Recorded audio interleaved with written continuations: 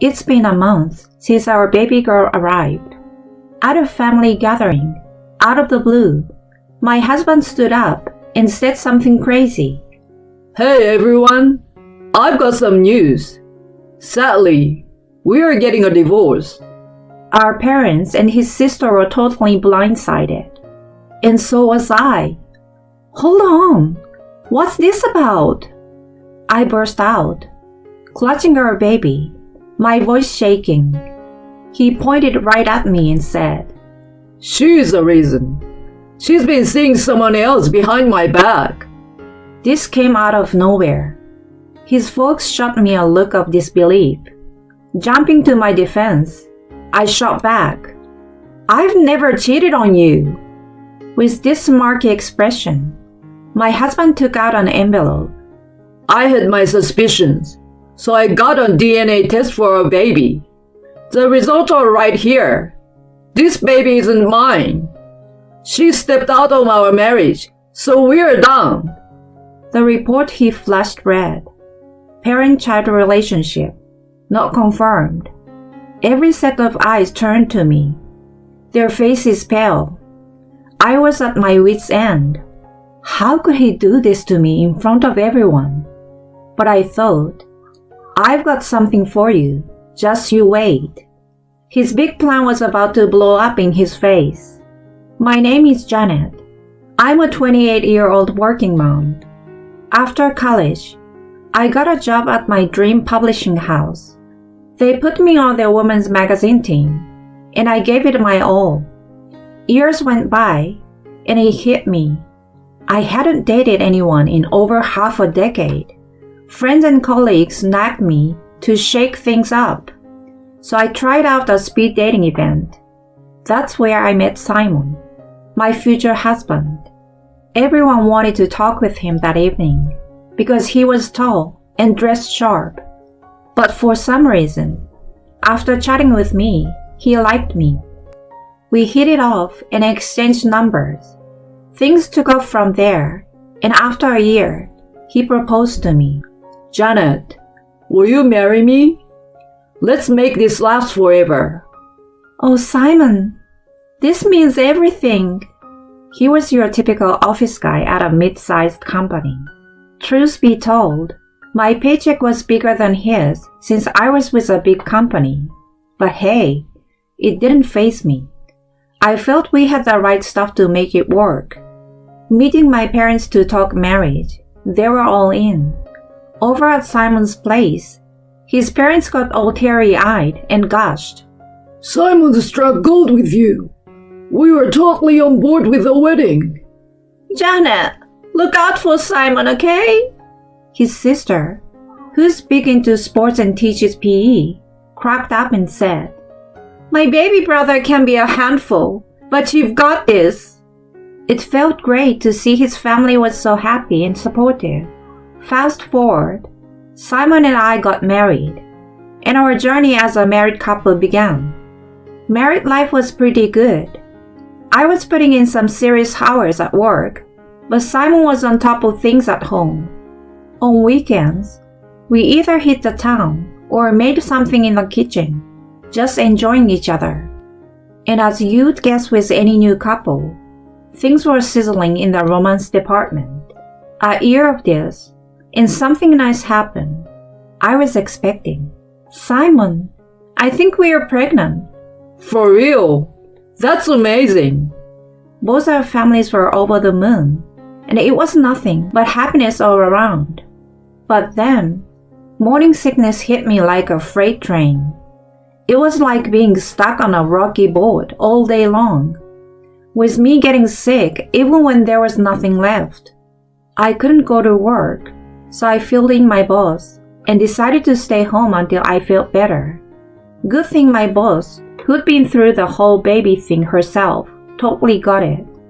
But with me around the house more, Simon started getting a bit weird. So, you're handling things at home now, right? I've always thought housework was such a drag.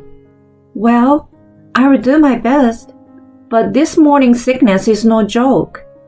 I need your support like before. What?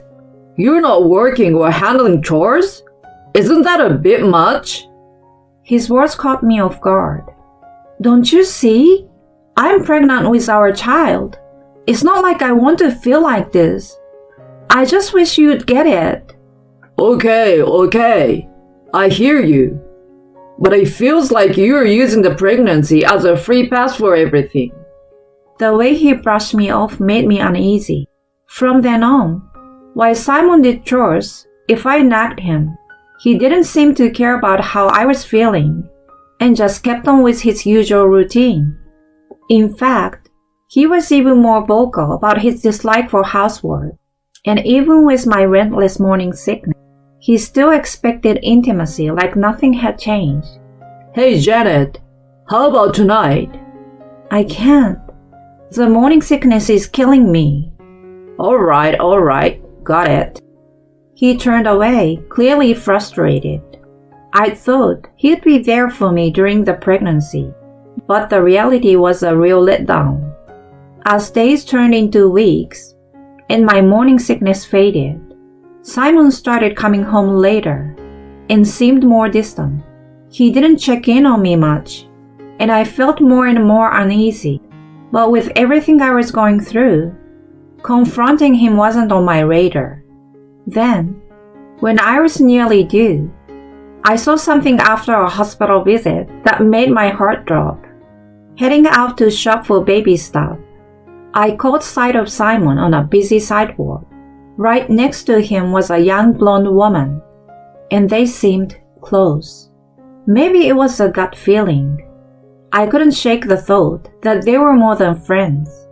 I lost them in the crowd, and my mood for shopping evaporated. I just headed home. Waiting for me was a text from Simon. Got held up at work again. Had he been distanced because of her? But the idea of him stepping out, especially with me being pregnant, seemed wild. Even though I was torn up inside, confronting him didn't feel right. Still, I couldn't ignore my doubts. So I dug into my pre-marriage savings and hired a private eye to tell my husband. With my due date only 2 weeks away, time was ticking. Then, 2 days out from the due date, I felt the first labor pains. I timed them, about 20 minutes apart. I thought I was going into labor, so I quickly contacted Simon to let him know that it seemed like the contractions had started. When I called the hospital, they said to come in when they were 10 minutes apart. Terrified and in pain, I kept texting Simon, begging him to get home. But nothing. When the contractions got closer, I dialed his number. What do you want? He sounded irritated. I've been texting. I'm in labor. Can you take me to the hospital? Pushing through the pain, I shouted. His answer was unbelievable. Can't do it. Swamped with work. Grab a cab. Are you serious? Your wife is having a baby here. Sorry, but look, I will swing by the hospital later. Just hold on until then. He hung up, sounding totally nonchalant. With no other choice, I called a cab and let my folks know, heading off to the hospital. I'd been in labor for hours, but Simon was nowhere to be found at the hospital. My mom, who'd gotten there before him, tried to ease my pain by rubbing my back. I shifted painfully onto the delivery bed, and an hour later, through immense pain, our baby was born. Just as I heard her first cries, Simon walked in. She's here? Janet, I'm so sorry I missed it. The way he overdid his apology in front of my folks really got to me. But right after delivering, I was too wiped out to give him a piece of my mind. I watched, still feeling weak, as he acted all fatherly, holding our little girl. A couple of days later, Simon's family dropped by. Janet, you did amazing. How are you holding up? His mom asked, showing genuine concern. while his sister gifted us something for the baby.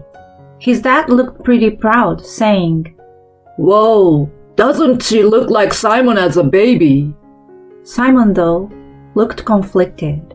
We named our baby girl Tina. After I was discharged, Simon drove us home, and I was met with a messy house. Dirty clothes everywhere, and a sink full of dishes. "Simon, why didn't you clean up?" I bursted out, but all he did was shrug. "Figured you'd handle it when you got back." "I just had a baby, and I'm still healing, and I have to take care of her." He just looked annoyed and said, "Whatever, I'm out of here." "On a Sunday? Where to?" "Work. I won't be back till late." He took off, leaving me stunned with Tina in my arms. His routine stayed the same. He would come home only to crash, never helping with Tina.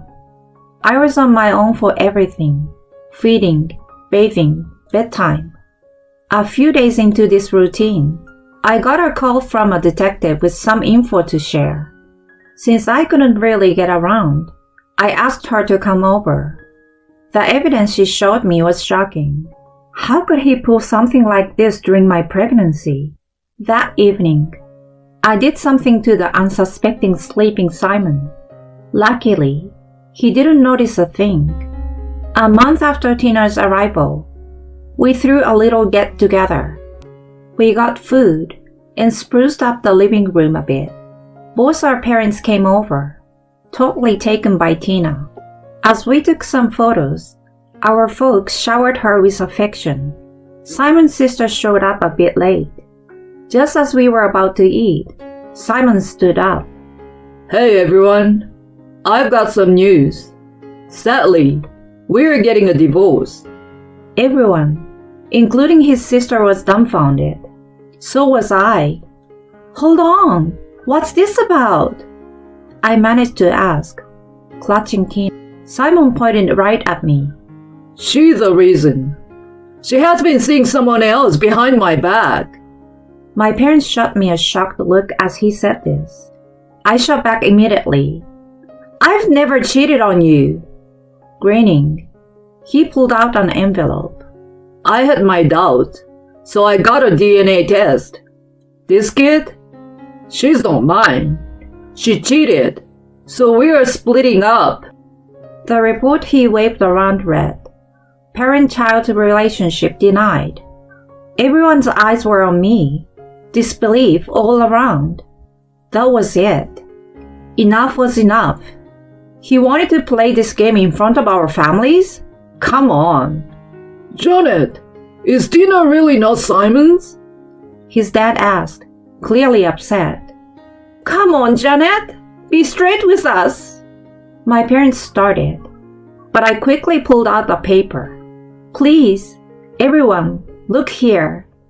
This is a real DNA result for Simon and Tina." And there it was in black and white, a 99.9999% parent-child match.